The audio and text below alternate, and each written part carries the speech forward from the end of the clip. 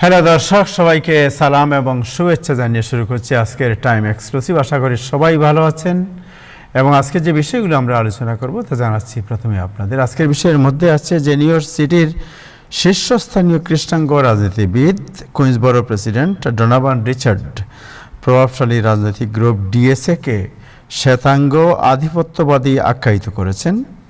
এর কারণ কি এবং ডেমোক্রেটদের মধ্যকার ক্রমবর্ধমান দ্বন্দ্ব ছড়িয়ে পড়েছে সোশ্যাল মিডিয়ায়, এই বিষয়টি আজকে আমরা আলোচনা করব।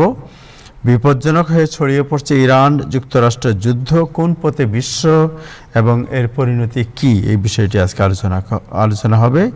কি হবে বাংলাদেশ সোসাইটি নির্বাচনে, ষষ্ঠ নির্বাচন অনুষ্ঠানে কি করছে নির্বাচন কমিশন, এই হচ্ছে আজকের বিষয়। আজকে অতিথি যারা আছেন তাদের মধ্যে থাকবেন ডক্টর নির্জর সাকিব এবং করিম চৌধুরী, আবু নাসের এবং ইব্রাহিম চৌধুরী খোকন। শুরু করব দিনের আপডেট জানাচ্ছেন নাজমুল হাসান। তার আগে ফেসবুকে যারা দেখছেন আশা করি অনুষ্ঠানটি শেয়ার করবেন। নাজমুল হাসান, আপনি কি শুনতে পাচ্ছেন? হ্যাঁ, শুনতে পাচ্ছি। ওয়েলকাম। ধন্যবাদ। ধন্যবাদ আবু তাহের এবং ধন্যবাদ টাইম টেলিভিশনের সকল দর্শক, শ্রোতা এবং প্যানেলিস্ট।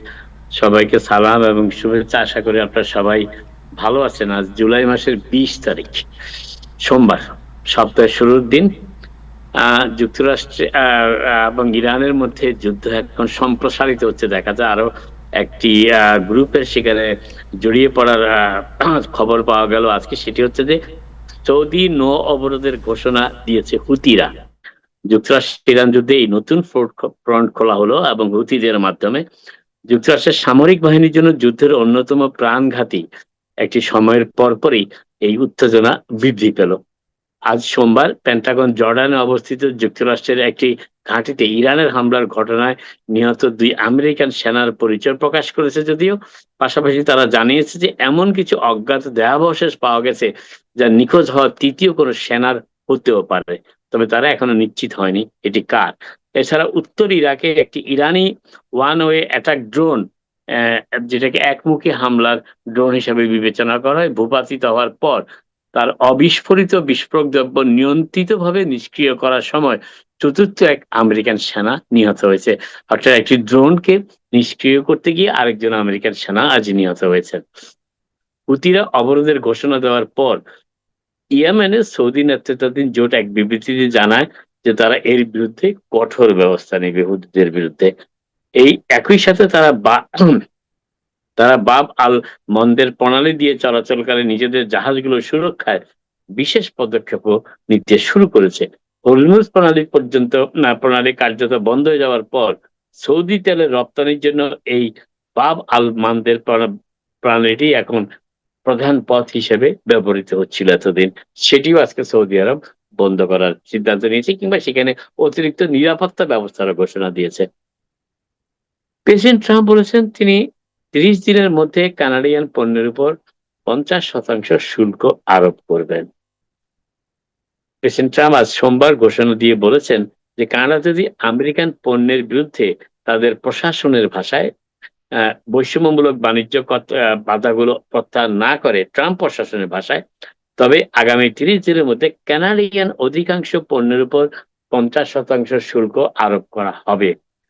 যুক্তরাষ্ট্রের একজন শীর্ষস্থানীয় কর্মকর্তা জানিয়েছেন যে গতকাল রবিবার প্রেসিডেন্ট ট্রাম্প কানাডার দাবানল নিয়ে যে অভিযোগ করেছিলেন তার সঙ্গে এই ট্যারিফ পদক্ষেপের কোনো সম্পর্ক নেই।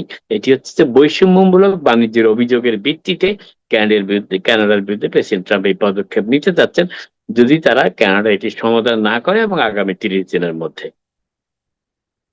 আজকে প্রেসিডেন্ট ট্রাম্পের কর্মকাণ্ড সম্পর্কে সর্বশেষ যে জরিপটি এসেছে তাতে দেখা যাচ্ছে, এবং প্রেসিডেন্ট ট্রাম্পের প্রশাসনের সাথে সুপ্রিম কোর্টের যে ভূমিকা, প্রেসিডেন্ট ট্রাম্পের বিভিন্ন নির্বাহী আদেশের বহাল রাখা কিংবা সেগুলোকে নাকচ করার ব্যাপারে প্রেসিডেন্ট সুপ্রিম কোর্টের যে ভূমিকা সে নিয়ে একটি জরিপ হয়েছে, এবং সেই কর্মসূচি, ট্রাম্পের কর্মসূচির সুপ্রিম কোর্টের রায় রাজনৈতিক উদ্দেশ্য প্রণোদিত, এমনটাই মনে করেন যুক্তরাষ্ট্রের অর্ধেক মানুষ। এই জরিপে যেটি জানা গেল, ওয়াশিংটন পোস্ট ও ইপসিসের একটি নতুন জনমত জরিপ অনুযায়ী প্রায় অর্ধেক আমেরিকান মনে করেন যে সুপ্রিম কোর্ট প্রেসিডেন্ট ট্রাম্পের বিভিন্ন নীতির বিষয়ে আইনের পরিবর্তে আদর্শগত অবস্থানের ভিত্তিতে রায় দিচ্ছে।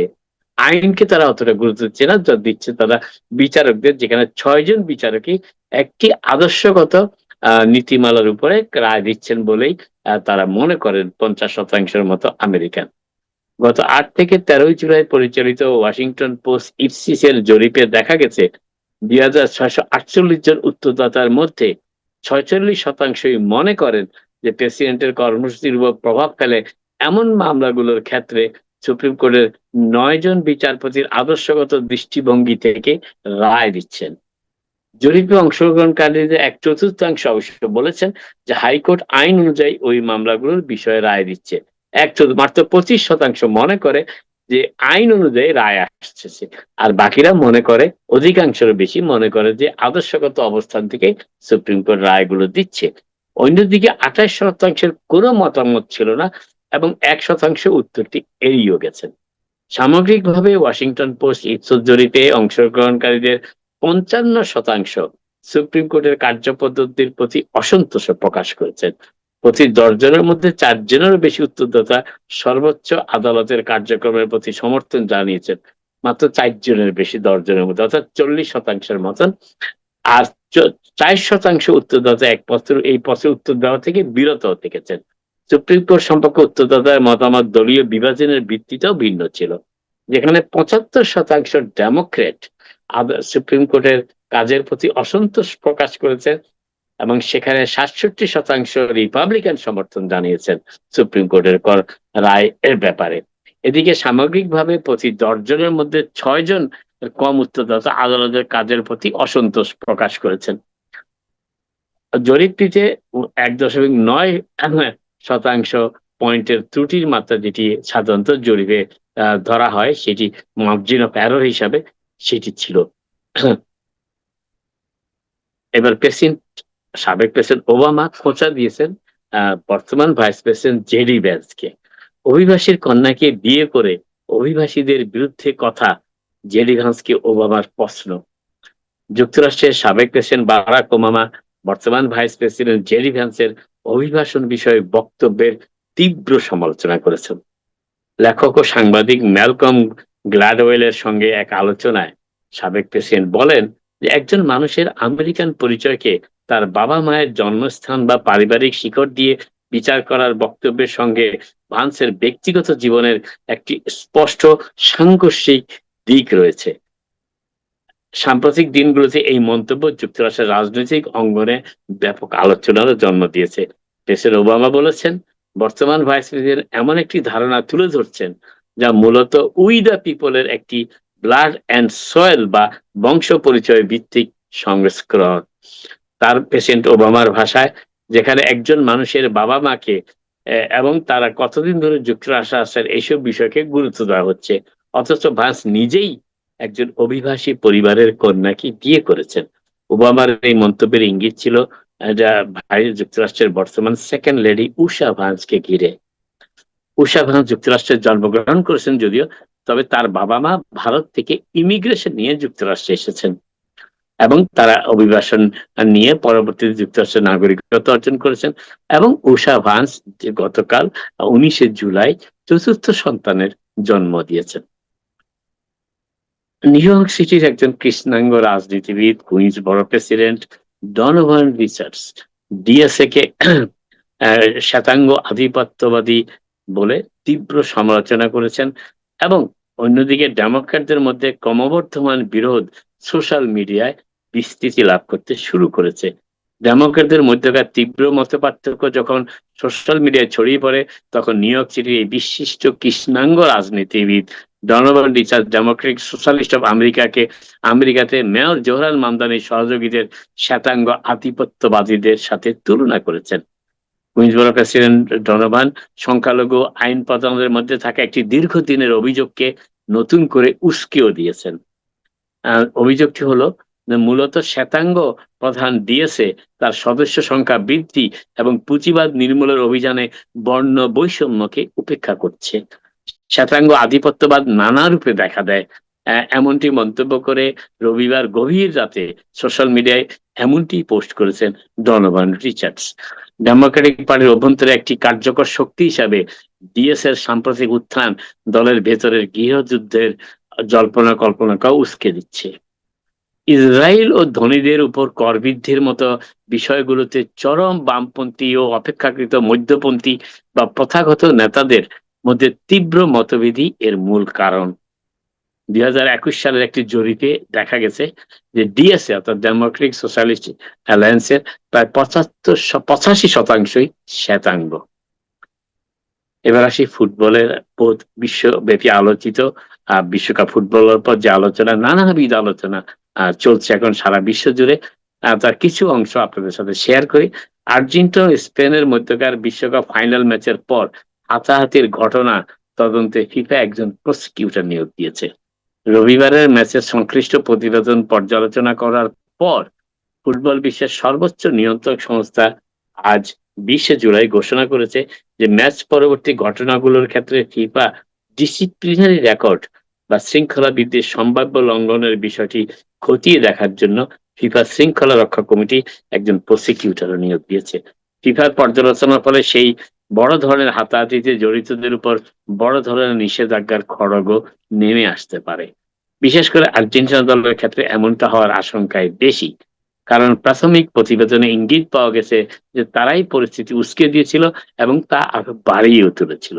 ম্যাটলাইফ স্টেডিয়ামে ১-০ গোলে ব্যবধানে জয়ী হওয়ার পর স্পেন দুই দলের মধ্যে হাতাহাতি বা সংঘর্ষ উস্কে দেওয়ার মতো আচরণের দায়ে মিডফিল্ডার লিয়ান্দ্রো পারদেসকে লাল কার্ডও দেখানো হয়েছিল। পারদেস স্পেনের এরিক গার্সিয়ার দিকে তেড়ে যান এবং হিংস্রভাবে তার গলাও চেপে ধরেন। সহকারী রেফারি তোমাস ক্রাঞ্চনিক ও আর্জেন্টিনার কোচ লিওনেল স্ক্যালোনির চোখের সামনেই তিনি গার্সিয়াকে মাটিতেও ফেলে দেন। ম্যাচ জুড়ে এই দুই দলের মধ্যে যে উত্তেজনা বিরাজ করছিল তা ঐতিহাসিক ফলাফলকেও ক্ষণিকের জন্য আড়ালে ঠেলে দেয়। এক পর্যায়ে পারদেস স্পেনের মিডফিল্ডার গাভিকেও ধাক্কা দেন। ম্যাচ পরবর্তী ঘটনার একটি ভিডিওতে দেখা গেল যে খেলার শেষ বাঁশি বাজার পরপরই যখন বিজয় উৎসব উদযাপনের সময় সতীর্থদের সাথে মিডফিল্ডের কাছাকাছি দৌড়ের সময় আর্জেন্টিনার ডিফেন্ডার নাইহেল মলিনা স্পেনের অধিনায়ক রুদ্রের শরীরের মাঝের অংশে প্যাটের দিকে ঘুষি মারছেন।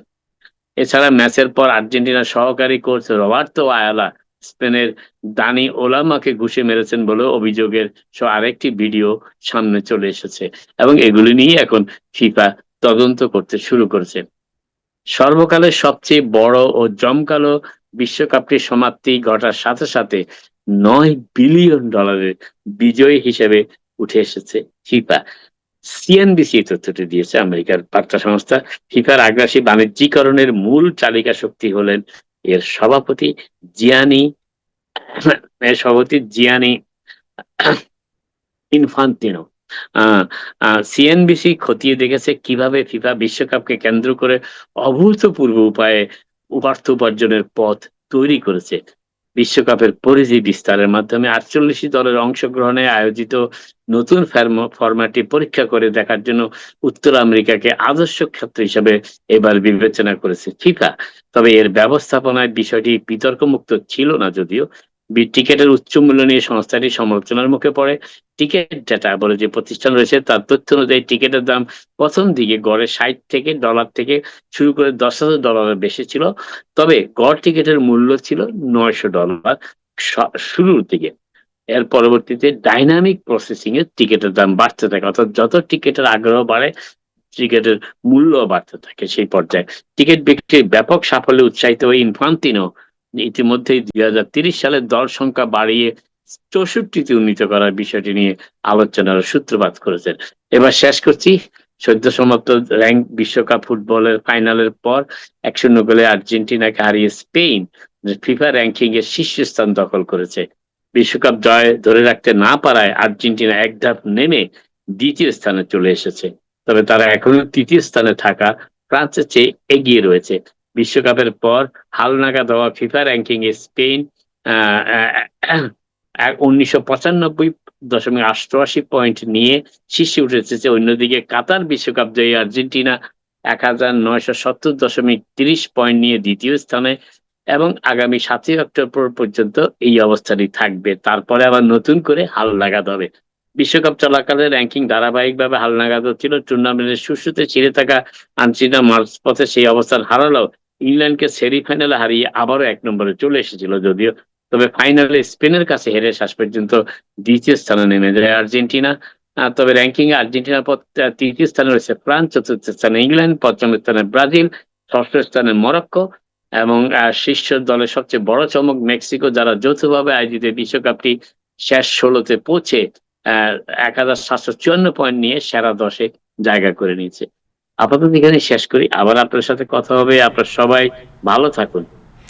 থ্যাংক ইউ নাজমুল হাসান, আপনাকে অনেক ধন্যবাদ। এবং আমি জানতে চাই একটা ব্যাপার যেটা আপনি একটু আগে বললেন, এটা নিয়ে আজকে আলোচনা করবো আমরা। ইটস ভেরি ইন্টারেস্টিং যে এই প্রথম একজন কৃষ্ণাঙ্গ রাজনীতিবিদ যিনি মুখ খুলছেন ডিএসের বিরুদ্ধে, যেখানে নিউ ইয়র্ক সিটিতে Queens county democratic party chairman তিনি নিজেই ডিএসএকে ভয় পান। সেখানে আপনি জানেন যে ডোনাভান রিচার্ড যিনি জাস্ট বড় প্রেসিডেন্ট, তিনি যেভাবে কথা বলেছেন এবং এই কথার পরিপ্রেক্ষিতে আমি চেষ্টা করেছিলাম যে ডিএসের কোনো লোক পাওয়া যায় কিনা যারা এই বিষয়ে কথা বলবে, কিন্তু একজনকে পেলাম, তিনি ব্যস্ত।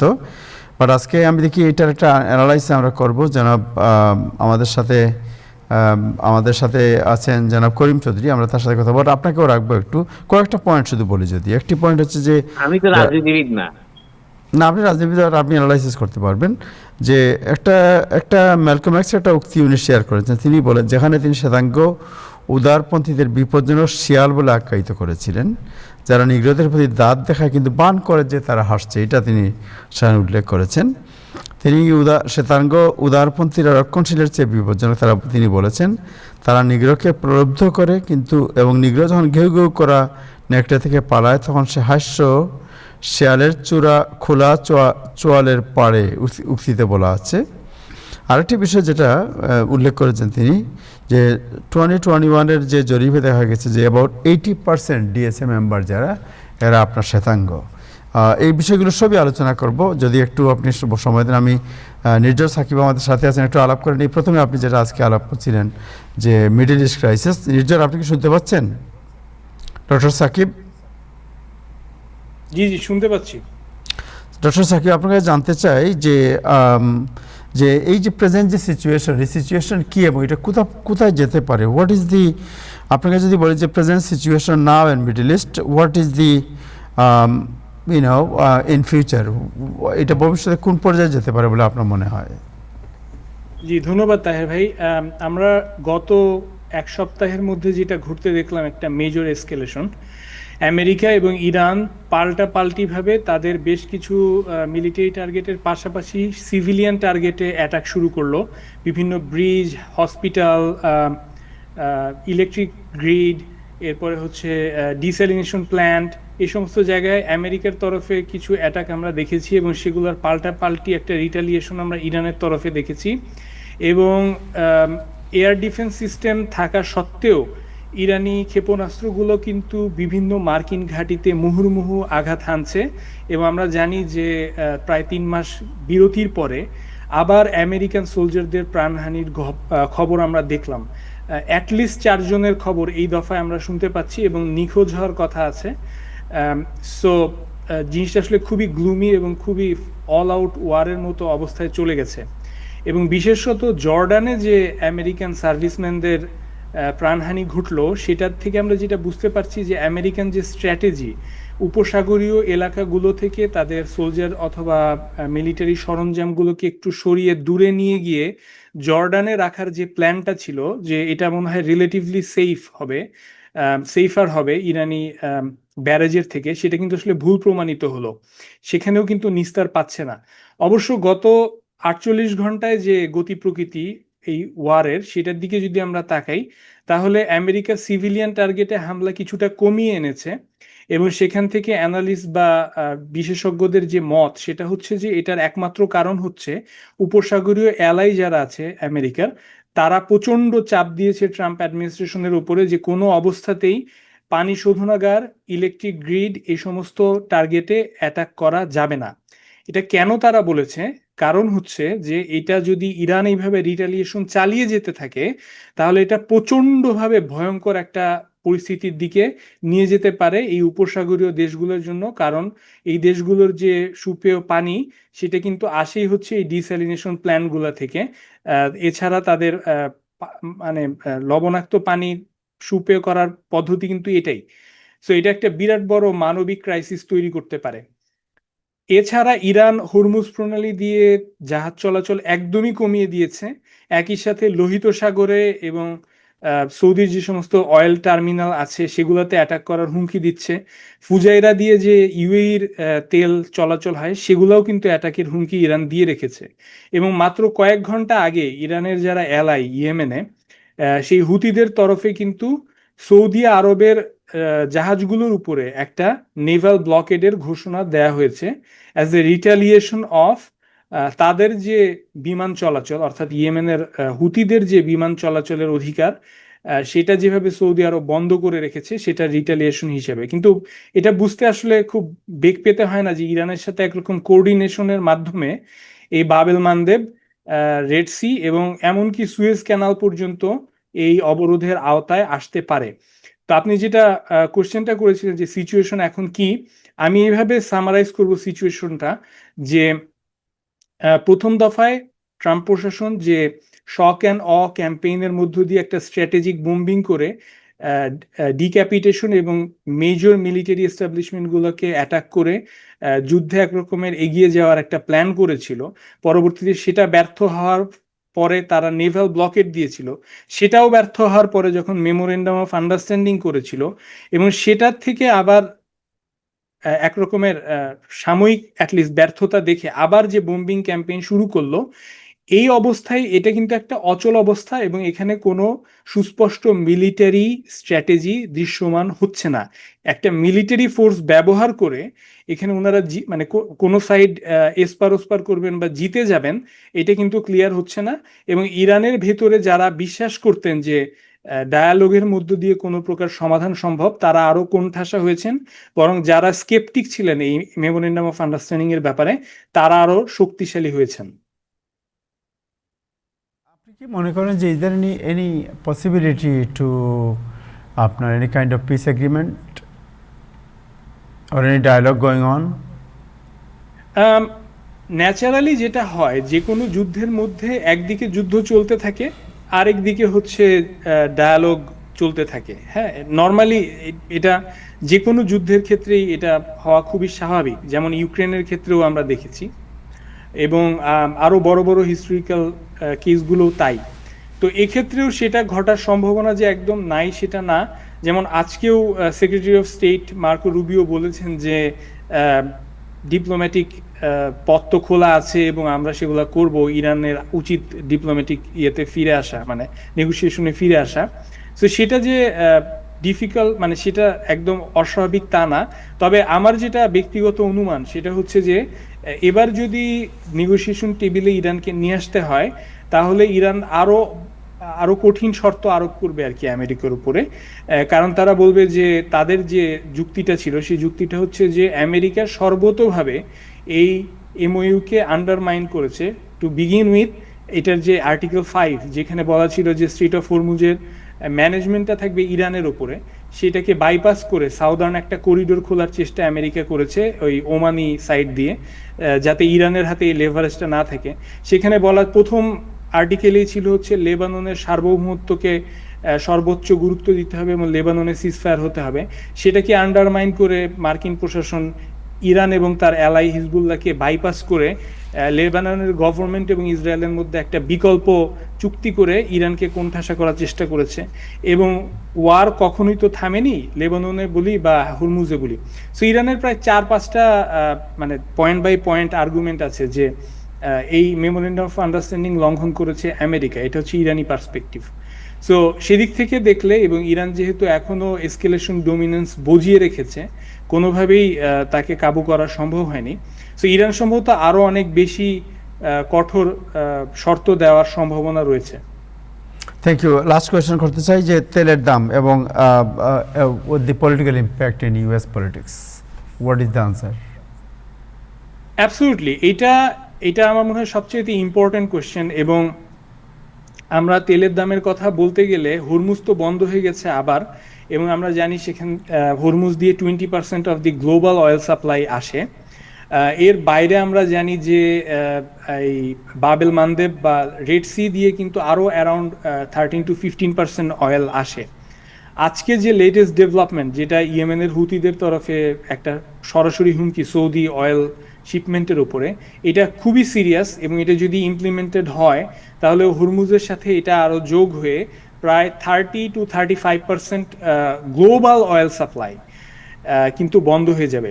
সেটা তেলের দামের উপর ট্রেমেন্ডাস প্রেশার তৈরি করবে, এবং সেটা হলে আরও ভয়াবহ অবস্থা হবে। এবং ডেফিনেটলি আমরা ডোমেস্টিকলি চিন্তা করলে গ্যাস প্রাইস কিন্তু $6-7 পার গ্যালন চলে যাওয়া অসম্ভব কিছু না। তো সেটা যদি হয় তাহলে আমরা জানি মিড টার্ম খুব সামনে, তো সেটা আমাদের যারা আমেরিকান ভোটার্স তারা আসলে কতটা হ্যাপি ফিল করবেন যে $7 পার গ্যালন, সেটা দিয়ে রিপাবলিকানদেরকে তারা কেমন ভাবে ট্রিট করবেন ইলেকশনে, সেটা একটা দেখার বিষয়। এবং যেহেতু এটা প্রেসিডেন্ট ট্রাম্পের ইলেকশন না, তিনি তো আর ভোটে দাঁড়াচ্ছেন না মিড টার্মে, সো যারা রিইলেকশনের জন্য দাঁড়াবেন সেই সমস্ত রিপাবলিকানদের ওপরে বর্তায় যে তারা আসলে কিভাবে এই এই প্রেশারটাকে, এই এক্সপেক্টেড প্রেশারটাকে ট্রান্সলেট করতে পারেন এই অ্যাডমিনিস্ট্রেশনের উপরে, যে দেখো এটা তো আসলে বেসিক্যালি আমাদের রিইলেকশনের ব্যাপারে সরাসরি জড়িত। সো সেটা একটা বিরাট বড় দেখার বিষয়, এবং সেখানে আসলে এটা খুবই counter intuitive. It doesn't make any sense যে কেন এই সময় আরও এসকেলেশন করা হবে। একটাই মাত্র লজিক বলা হয়েছে যে আমেরিকান লাইফ যখন স্পেন্ড হয়, সেটা যে নেসেসারিলি আমেরিকান রিজলভকে খাটো করে বা আমেরিকার যুদ্ধ করার যে মনোভাব সেটাকে কমিয়ে দেয় তা তো না। এটা র্যালি অ্যারাউন্ড দ্য ফ্ল্যাগ একটা ইফেক্ট হয় যে হ্যাঁ, আমাদের মানুষরা শহীদ হয়েছে বা মার্টার্ড হয়েছে, তাদের রক্ত আমরা বৃথা যেতে দেবো না, এরকম পলিটিক্যাল রেটরিক বাজি তো করাই যায়। সো এটা ছাড়া আর কোনো সেন্স অ্যাটলিস্ট এখন পর্যন্ত আমি মেক করতে পারছি না যে ওয়াই নাও, যেহেতু মিড টার্ম খুব সামনে। Thank you so much, thank you, আপনাকে অনেক ধন্যবাদ। Anybody have any question to doctor Nirjhar Sakib? Thank you, আমার মনে হয় কোনো প্রশ্ন নেই। Thank you doctor Nirjhar Sakib, আপনাকে অনেক ধন্যবাদ এই বিষয়ে অ্যানালাইসিস করার জন্য। দর্শক, আগে যেটা বলছিলাম যে আমরা যে বিষয়টি আজকে কথা বলবো তা হচ্ছে যে যুক্তরাষ্ট্রের শীর্ষস্থানীয় কৃষ্ণাঙ্গ রাজনীতিবিদ ডোনাল্ড রিচার্ড, যিনি কুইন্সবরোর প্রেসিডেন্ট, তিনি ডিএসএর উপর একটি স্ট্যাটাস দিয়েছেন, এবং স্ট্যাটাসের মধ্যে এই সোশ্যাল মিডিয়ার স্ট্যাটাস একদম প্রচণ্ড ঝড় বয়ে যাচ্ছে দুই পক্ষের মধ্যে, একদিকে ডেমোক্রেট অন্যদিকে ডিএসএ। এবং এই বিষয়টি নিয়ে তিনি কি বলতে চেয়েছেন বা তিনি কি বলেছেন, প্রথমে একটু জেনে নেই আমি জনাব করিম চৌধুরী আপনার কাছে, তারপরে আমরা আলোচনায় যাব। করিম চৌধুরী আপনার কাছে যাই প্রথম। আনমিউট করতে হবে সাউন্ড প্লিজ। ধন্যবাদ তাহের ভাই, ধন্যবাদ। আমি আসলে, আপনি জানেন যে আমি নিজেও এস্টাবলিশমেন্ট ডেমোক্রেটস, আমি ডিএসএ না। তো ডিএসএর ব্যাপারে কিছুটা উৎসাহ অনেকদিন থেকেই আছে, এবং তাদের যে রাজনৈতিক মতাদর্শ, রাজনৈতিক যে ভিউ, সেটার প্রতি আমার অনেকের সাথে আমারও কিছু সফটনেস আছে কিছু কিছু ক্ষেত্রে। যেই একজন শ্রমিক আন্দোলনকারী হিসেবে সেই ক্ষেত্রে তাদের সাথে অনেক ক্ষেত্রে আমাদের কথাবার্তা মিলে যায় আদর্শগত দিক থেকে। যদিও আমি এখনো ডিএসএ এর মেম্বার না, বা ডিএসএ কে এখন পর্যন্ত আমি ডিএসএ এর সাথে সম্পর্ক না। তা আপনাকে বলে তাহের ভাই, প্রথম অবস্থায় ডিএসএটা মানে ডেমোক্রেটিক পার্টির একটা শক্তিশালী উইং, একটা বিপ্লবী উইং, প্রগ্রেসিভ উইং হিসেবে পরিচিত।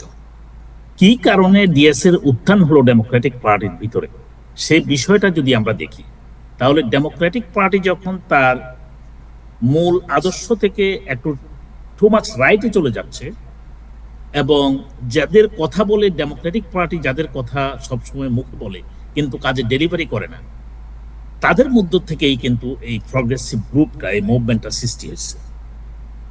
যার ফলে আপনি দেখবেন যে সেখানে ওয়ার্কার্স রাইট নিয়ে কথা বলে, হিউম্যান রাইটস নিয়ে কথা বলে, তাদের কতগুলো বিষয় আছে, আমি একটু পরেই আসছি সেখানে। এখন হঠাৎ করে কেন ডেমোক্রেটদের ভিতরেই একটা বড় ধরনের বিবাদ সৃষ্টি হচ্ছে?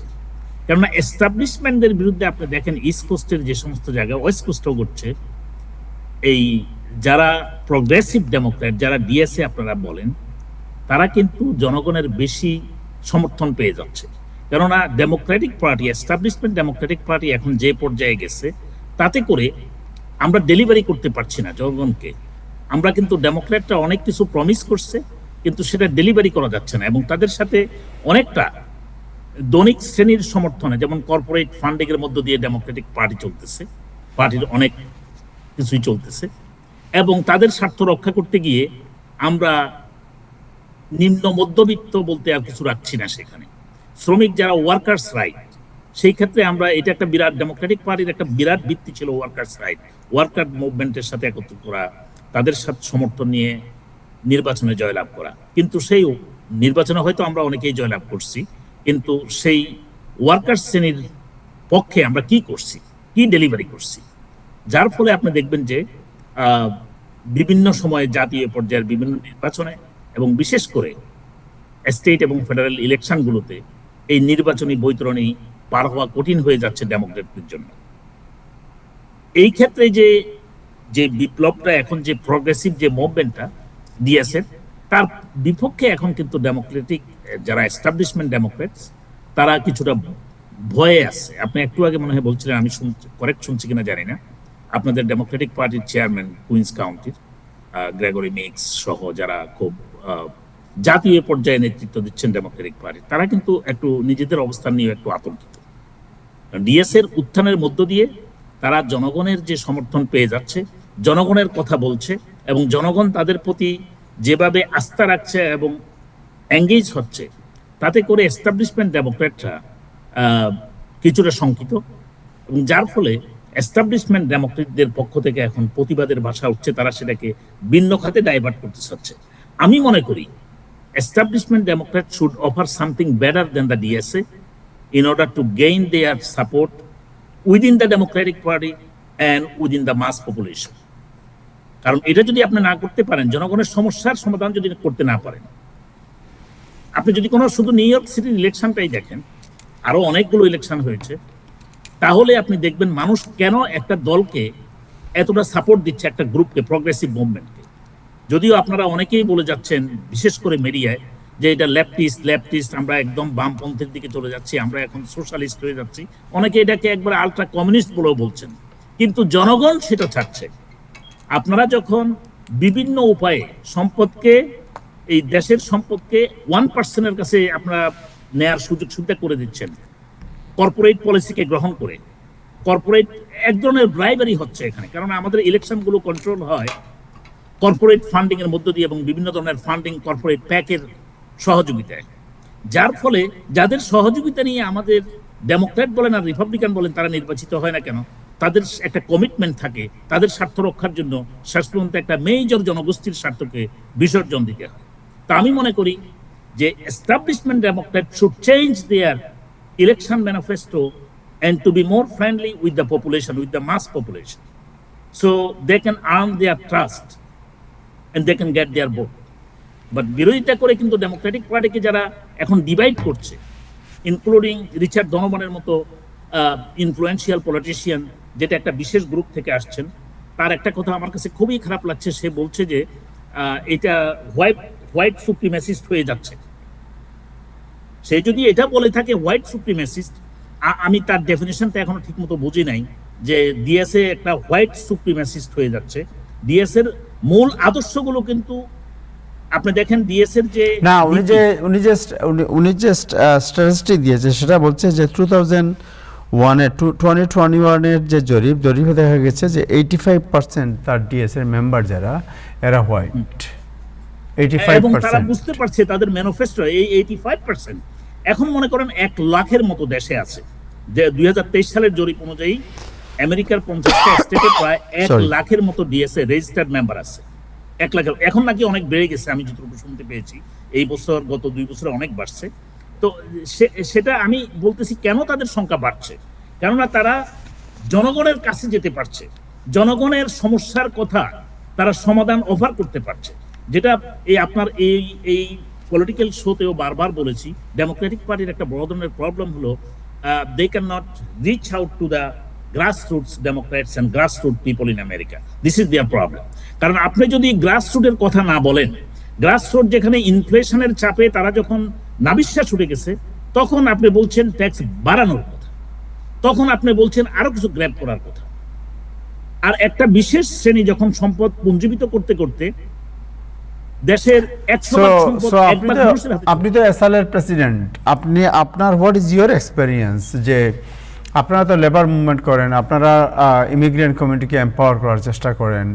সো আপনাদের যে প্রয়াস, এই প্রয়াসকে ডিএসএ কতটুকু সাপোর্ট করছে, অথবা হোয়াট ইজ ইউর এক্সপিরিয়েন্স যে ডিএসএ এসে বলছে আপনাদেরকে যে okay you guys are doing the great job and if you need any help we are behind of you, or any activities আপনাদেরকে ডিএসএ তাদের extend their cooperation, any example? না, আমরা তাদের কাছে কখনোই সেই আসাল একটা স্বতন্ত্র রাজনৈতিক না, আই আন্ডারস্ট্যান্ড, বাট যেহেতু লক্ষ্য এবং উদ্দেশ্য যদি অভিন্ন হয় তাহলে তো কিছুটা একসাথে মিল কাজ আছে, করতে কিছুটা কোনো মিল আছে। অসুবিধা নেই। না, আমাদের সাথে তাদের অনেক ক্ষেত্রে মিল আছে। আমরা যে শ্রমিকদের স্বার্থে কথা বলি তারা তাকে পূর্ণাঙ্গ সমর্থন দেন। আপনারা যেহেতু মাইনরিটি কমিউনিটিকে লিড করেন, একটা ইমিগ্রেন্ট কমিউনিটিকে আপনারা প্রতিনিধিত্ব করেন, সেক্ষেত্রে যেহেতু ডিএসএও তারাও মনে করে যে এস্টাবলিশমেন্টের বিরুদ্ধে আমরা যারা আপনার আনহার্ড কমিউনিটি যারা আছে, যাদের কথা কেউ শুনে না, আমরা তাদেরকে আমরা সামনে নিয়ে আসবো। এই ক্ষেত্রে আপনারা তো খুব কাছাকাছি। সো আমি বলছি এই ক্ষেত্রে এক্ষেত্রে কি তারা কোনো ধরনের কোঅপারেশন কোনো সময় অফার করেছে যে আমরা তোমাদেরকে এই ক্ষেত্রে সহযোগিতা করব, বা কোনো কেউ তাদের লিডারশিপ পর্যায়ে কেউ? জি, আনুষ্ঠানিকভাবে সেটা হয়নি, তবে আদর্শের মিল থাকার কারণে আমরা পরস্পরকে সাপোর্ট করি। আপনারা জানেন যে এবার আসাল মেয়র মামদানিকে সাপোর্ট করেছে, ব্র্যাড ল্যান্ডারকে সাপোর্ট করেছে, যারা এই জাতীয় ক্যান্ডিডেট, যারা শ্রমিকদের কথা বলে, যারা নিম্ন আয়ের মানুষদের কথা বলে, যারা রাষ্ট্রীয় সুযোগ সুবিধা একটা বিশেষ শ্রেণীর হাতে তুলে না দিয়ে রাষ্ট্রের মালিকদের সাথে হিসাব নিকাশ করে একটু রাষ্ট্রের যারা প্রয়োজন যাদের, তাদের কথা একটু চিন্তা করে। আপনাদের মধ্যে আর ডিএস এর মধ্যে যদি কেউ জিজ্ঞেস করে যে ভাই আপনাদের মধ্যে আর ডিএস এর মধ্যে what is the difference? Major difference is আমরা শুধুমাত্র শ্রমিকদের এবং আপনার এই সাউথ এশিয়ানদের রাজনীতি নিয়ে একটু বেশি ফোকাস করি, ওরা সারা দেশের রাজনীতিটা নিয়ে ফোকাস করে।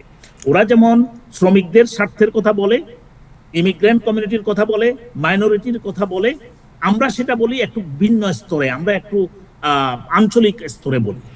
আপনি কি মনে করেন যে তারা যে কথা বলে এই কথা এবং তাদের কাজ, এই সব কিছুর মধ্যে বাস্তবতা বা রিয়েল রিফ্লেকশন, আপনারা are you happy about the reflection of their programme and their আপনার কি বলে ইনিশিয়েটিভ এক্সিকিউশন, এটা কি আপনারা are you happy?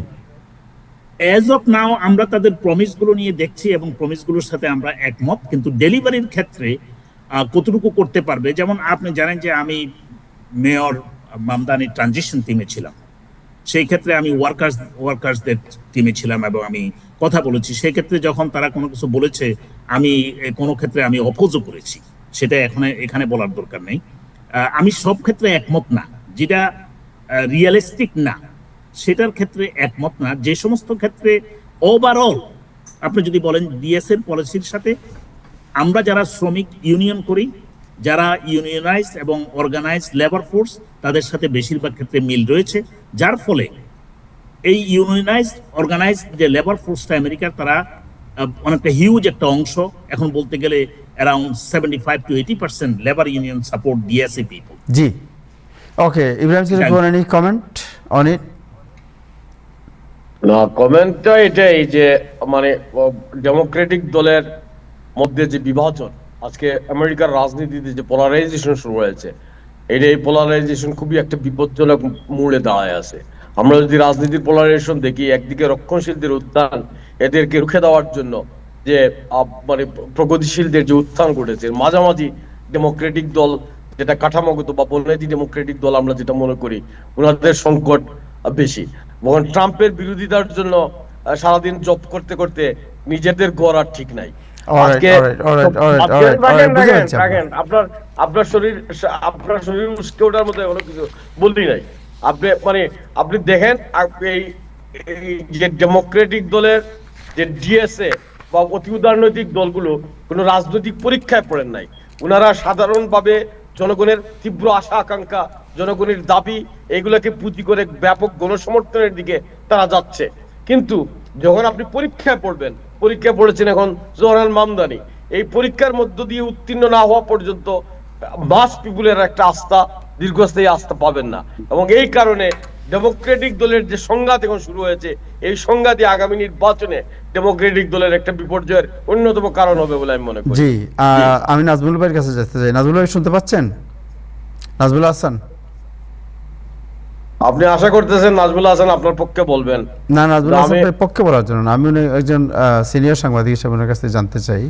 Nazmul Hasan, আপনি কি আপনার শুনতে একটা পাচ্ছেন? প্রত্যাশার কথা আমি বুঝতেছি, আপনার একটা আশার কথা আমি মানে ধারণা করতেছি, এটাই। নাজমুল ভাই, আপনাকে দেখতে পাচ্ছি, ক্যান ইউ জাস্ট জয়েন? ওনার ছবি দেখা যাইতেছে, কায়া আছে, মায়া নাই, উনি আর কই গেছে? নাজমুল ভাই জি, এই যে হ্যাঁ। আসছেন। আপনি তো আলোচনা শুনলেন, সো করিম ভাইয়ের না, আলোচনা আমি শুনলেন। একটু অন্য কাজে ব্যস্ত ছিলাম, আমি পুরোপুরি শুনিনি, আমি একটু অন্য কাজে ছিলাম ব্যস্ত। যেটা যেটা সমস্যা যেটা সেটা হচ্ছে যে যেভাবেই আপনি দেখেন না কেন, ডিএসএ এবং মূলধারার ডেমোক্রেট যারা নিজেদেরকে দাবি করে, তাদের এই বিরোধটা কিন্তু রিপাবলিকানদেরকে সাহায্য করছে। এতে এতে কোনো এতে কোনো মানে দ্বিমতের প্রকাশের কোনো সুযোগ নেই। আরেকটা ব্যাপার যেটা হচ্ছে যে ডেমোক্রেটিক পার্টির বেশ কিছু নেতা, তার মধ্যে আমাদের ঘনিষ্ঠ বন্ধুদেরও, আপনারা আমার অনেকেরই ঘনিষ্ঠ বন্ধুদেরও আছে, রাজনীতিবিদরা আছে, হেকিম জেফরিস বলেন, গ্রেগরি মিক্স বলেন, আজকে সামিল হলো এনার নাম কি, ডনোভান রিচার্ডস, এরা কিন্তু সবাই কৃষ্ণাঙ্গ। তো কৃষ্ণাঙ্গদের বিষয়টা ডিএস এর ব্যাপারে এত ক্ষুদ্র কেন? তার কারণটা যেটা আমি মনে করি সেটি হচ্ছে যে কৃষ্ণাঙ্গরা মনে করে যে ডেমোক্রেটিক পার্টিতে তাদের যে অবস্থানটি ছিল এতদিন, সেটি নাড়া দেওয়ার চেষ্টা করছে ডিএসএ। ডিএসএর যে পলিসিগুলোর কথা আপনারা বললেন, আমাদের করিম ভাই বললেন, আমি বুঝলাম না করিম ভাই এখনো অপেক্ষা করছেন কেন ডিএসএ জয়েন না করে।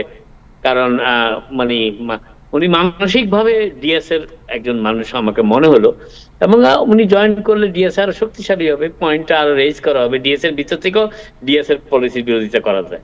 তো যেই কথাটা আমি বলার চেষ্টা করছি সেটি হচ্ছে যে মূলত ডেমোক্রেটিক পার্টির ভিতরে যে সাংঘর্ষিক অবস্থানটা নেতৃত্বের ব্যাপারে দেখা দিয়েছে, সেটি সুদূর প্রসারী। সেটি আপাতত আমরা কোনো সমাধান দেখছি না, এটা চলতেই থাকবে ক্রমবর্ধমান। এবং এতে যেটা হবে, যেটা আমি মনে করি সেটা হবে যে বিভিন্ন সেক্টরে, বিভিন্ন শহরে, বিভিন্ন নগরে, সিটিতে মূলধারার ডেমোক্রেট এবং ডিএস এর মধ্যে একটি সাংঘর্ষিক অবস্থা তৈরি হবে, যে এখানে কৃষ্ণাঙ্গ হিস্প্যানিক সম্প্রদায়ের লোকজন একে অপরের বিরুদ্ধে অবস্থান নিবে, শ্বেতাঙ্গদের বিরুদ্ধে অবস্থান নিবে। এইটি আমি মনে করি খুব একটা মানে যুক্তরাষ্ট্রের রাজনীতিতে খুব একটা ইতিবাচক জিনিস হবে না। ক্লাস ওয়ার যেটাকে আমরা বলি, ক্লাস ওয়ার তো একদিনে হয় না। জি, গত যে নির্বাচনগুলো হলো, ওই নির্বাচনে আপনি দেখেন যে ডিএস এর বিরুদ্ধে ইভেন কথা বলার সাহস করেননি আপনার গ্রেগরি মিক্স, যিনি ডেমোক্রেটিক পার্টি। এটা কেন করেনি, সেটার একটা কারণ আছে। কিন্তু কেন করেনি তারা, সেটার একটা কারণ আছে। তারা দেখেছে যে তারা যদি তখন সাংঘর্ষিক অবস্থা যায়, যে রিপাবলিকান পার্টির বিজয় অবধারিত। এখন তারা বলেছে দুই সংকটে, ডিএস এর ক্যান্ডিডেট তাদের পছন্দের না। না না, আমি বলছি হঠাৎ করে ডনোভান রিচার্ড এই পর্যায়ে গেছে, তো খুব কট্টর মন্তব্য না, এটা আমি বলছি এটা ডনোভান রিচার্ড না, ডনোভান রিচার্ডের পিছনে ব্যাকিং আছে। হয়তো ডনোভান রিচার্ড প্রকাশ করছেন না, ডনোভান রিচার্ড এমনিতে সাহস করেন, যিনি মামদানিকে এন্ডোর্সও করেছেন, কিন্তু ডনোভান রিচার্ড এমনিতে এটা করেননি। তারা রিপাবলিকান ডেমোক্রেটিক পার্টির ভিতরে কৃষ্ণাঙ্গ সম্প্রদায়ের যারা আছে, তারা মোটামুটি তাদের দেওয়ালে পিঠ ঠেকে গেছে। এইটারই একটা চরম বহিঃপ্রকাশ গতকাল রাত্রে এই পোস্টটা ডনোভান রিচার্ডসের। তাহলে কি বলবেন যে ডিএস এর কৃষ্ণাঙ্গদেরকে আপনার বুস্ট করছে না? তাদের 85% হোয়াইট সাপোর্টার, যেটা উনি বলছে, এই 85% হোয়াইট সাপোর্টের কারণে তারা যে কৃষ্ণাঙ্গ যারা আছে বা অন্যান্য যারা আছে ইমিগ্রেন্ট, তাদেরকে তারা মানে বর্ণবৈষম্যের শিকার। তারা এইটা তারা প্রকারান্তরে, আজকে যদি আপনি ডনোভান রিচার্ডসের পুরো বক্তব্যটা একটু বিশ্লেষণ করেন তাহলে এটাই পাবেন। রাইট, এইটাই হচ্ছে ক্লাস, এটাকে আমি বলছি ক্লাস ওয়ার, একটা ক্লাসের লড়াই চলছে। ডিএসএ যে বিশেষ করে জোহরান মামদানি থেকে আরম্ভ করে যে কাজগুলি করছেন, এগুলির ভিতরে যুক্তরাষ্ট্রের যে এতদিন ধরে যে প্রচলিত রাজনৈতিক ধারা, দুটি দল, ডেমোক্রেট এবং রিপাবলিকান, এই দুটি এস্টাবলিশ রাজনৈতিক দলের ভিতরে যে ডেমোক্রেটিক পার্টির যে আচমকা যে ধাক্কাটা আসছে, রিপাবলিকানদের ভিতরে কিন্তু ধাক্কা এসেছিল। আমরা শুনেছিলাম ট্রাম্প রিপাবলিকান, শুনেছিলাম না নির্বাচনের সময় যে ট্রাম্প টি রিপাবলিকান, পার্টি মনে আছে আপনার? Tea party Trump Republican. কিন্তু একটা জিনিস সেখানে খুব ইম্পর্টেন্ট মনে রাখবেন, রিপাবলিকান পার্টিতে কিন্তু কৃষ্ণাঙ্গরাও আছে, কিন্তু সেখানে কৃষ্ণাঙ্গরা অভিযোগ করে না যে শ্বেতাঙ্গরা আমাদের উপর তাদের পলিসি চাপিয়ে দিচ্ছে। এই অভিযোগ কিন্তু রিপাবলিকান পার্টির কৃষ্ণাঙ্গদের মধ্যে নাই, কিন্তু ডেমোক্রেটিক পার্টিতে এই অভিযোগটা উঠতে শুরু করছে। আপনি দেখেন যুক্তরাষ্ট্রের সবচেয়ে কট্টর যিনি কনজারভেটিভ জাস্টিস ক্লারেন্স থমাস, উনি কি শ্বেতাঙ্গ? বিয়ে করেছেন শ্বেতাঙ্গকে, কিন্তু উনি তো কৃষ্ণাঙ্গ। তো এইভাবে আরো বলার চেষ্টা করি, রিপাবলিকান নেতৃত্বের ভিতরে অনেক কৃষ্ণাঙ্গ নেতা আছে যারা কখনো তাদের দলের ভিতরে এই ক্লাস ওয়ার, যে কৃষ্ণাঙ্গ বিরোধিতা দলের ভিতরে, এইটা প্রকাশ করেনি, এটা অনুভব করেনি। ডেমোক্রেটিক পার্টিতে কেন এটা অনুভূত হচ্ছে? এই প্রশ্নটা এখানে একটা যেটা স্টেটমেন্টে বলা হয়েছে সেটা হলো যে গত প্রাইমারি নির্বাচনে কংগ্রেশনাল প্রার্থী দারিয়েলেজা এভিলা শেভালিয়ে এবং ক্লেয়ার বালদেজকে তিনি সমর্থন করেছিল ডিএসএ, এবং ডিএসএ ক্লেয়ার যিনি, তিনি টেক্সাস থেকে এসেছেন মাত্র বোধহয় কয়েক বছর আগে এখানে। তিনি শ্বেতাঙ্গ, এবং অন্যজন হচ্ছে আপনার কৃষ্ণাঙ্গ, যদিও সাউথ আমেরিকান। এবং যে দুজন প্রার্থীর বিরুদ্ধে তাদেরকে দেওয়া হচ্ছে তারা দুজনই ছিলেন মাইনরিটি রিপ্রেজেন্টেটিভ। একজন ছিলেন কংগ্রেশনাল ককাসে আপনার হিসপ্যানিক ককাসের প্রধান, আরেকজন ছিলেন আপনার ডমিনিকান, যিনি ব্রুকলিন বড় প্রেসিডেন্ট। এদের কাউকে সাপোর্ট না করে এখানে অন্য লোককে ডিএসএ এনে বসিয়ে দিয়েছে, এটা একটা অভিযোগ তার। What is your comment mister Karim? Yeah বলেন ইব্রাহিম, নাজমুল ভাই কি বলতে চাচ্ছিলেন? আমি বলতে চাচ্ছিলাম যে ডিএসএর যে পলিসিগুলো, এগুলি সোশিয়াল পলিসি, সামাজিক পলিসি, এবং এই পলিসিগুলো সামাজিক কর্মকাণ্ড, সামাজিক বৈষম্য, এগুলোকে ইনফ্লুয়েন্স করে। নট নেসেসারিলি আমি বলবো রেসকে ইনফ্লুয়েন্স করে, নট নেসেসারিলি।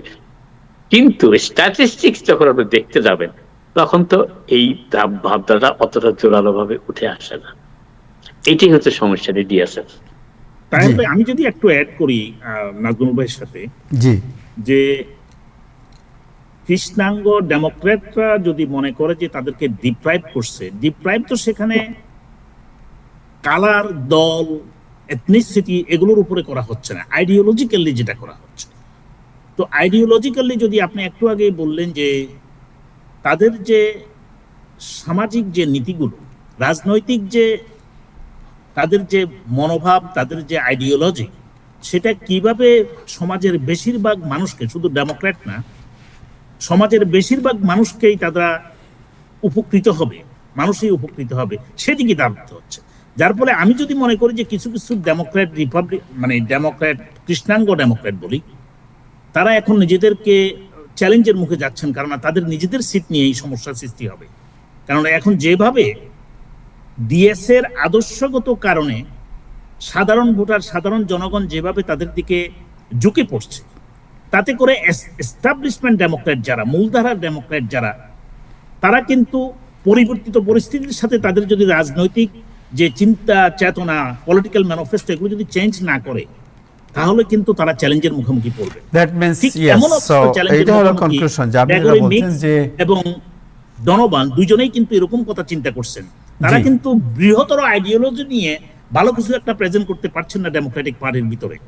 ডেমোক্রেটিক পার্টির ভিতরে এখন যে ইয়াং যে জেনারেশন তারা আসছে, তারা কিন্তু পার্টিকে এবং পার্টির শক্তিকে অন্যভাবে দেখছেন, এবং সেটা জনগণ, সাধারণ জনগণ, grassroots democrats and the basic জনগণ, যারা একদম নন রাজনৈতিক, যারা রাজনীতির সাথে সম্পৃক্ত না, তারাও তাদের আদর্শের প্রতি ঝুঁকে যাচ্ছে।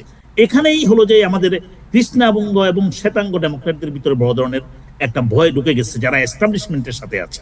আর যারা এস্টাবলিশমেন্টের বাইরে যাইয়া এই নতুন যে চিন্তা চেতনা, যে প্রগ্রেসিভ যে আইডিওলজি, সেটাকে যারা গ্র্যাব করতে পারছে, তারা কিন্তু সব জায়গায় উইন করছে। সব জায়গায় বলবো না, বেশিরভাগ জায়গায় উইন করছে, এবং তাদের বেশি। Thank you so much, thank you, আপনাকে অনেক ধন্যবাদ। আই থিঙ্ক জিনিসটা অনেকটা ক্লিয়ার হয়েছে, বাট আমার মনে হয় এই বিতর্ক অব্যাহত থাকবে অনেক দিন, দেখা যাক কোন দিকে যায় বিতর্ক। থ্যাংক ইউ, আপনাকে অনেক ধন্যবাদ। জনাব আবু নাসের, আপনি কি শুনতে পাচ্ছেন?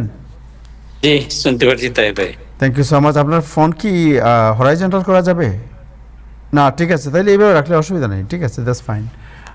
আমি জানতে চাই আপনার কাছে, আপনি তো বাংলাদেশ সোসাইটির যে নির্বাচন, আসন্ন নির্বাচনের প্রধান নির্বাচন কমিশনার। সো অনেকেই জানতে চাচ্ছে যে নির্বাচন কমিশন কিভাবে নির্বাচনের প্রিপারেশন নিচ্ছে, কিভাবে নির্বাচন হবে, কবে হবে, এই বিষয়গুলো যদি একটু আপনি প্রাথমিক বলেন, দেন আমরা একটু হয়তো আপনাকে দুই একটা প্রশ্ন করবো।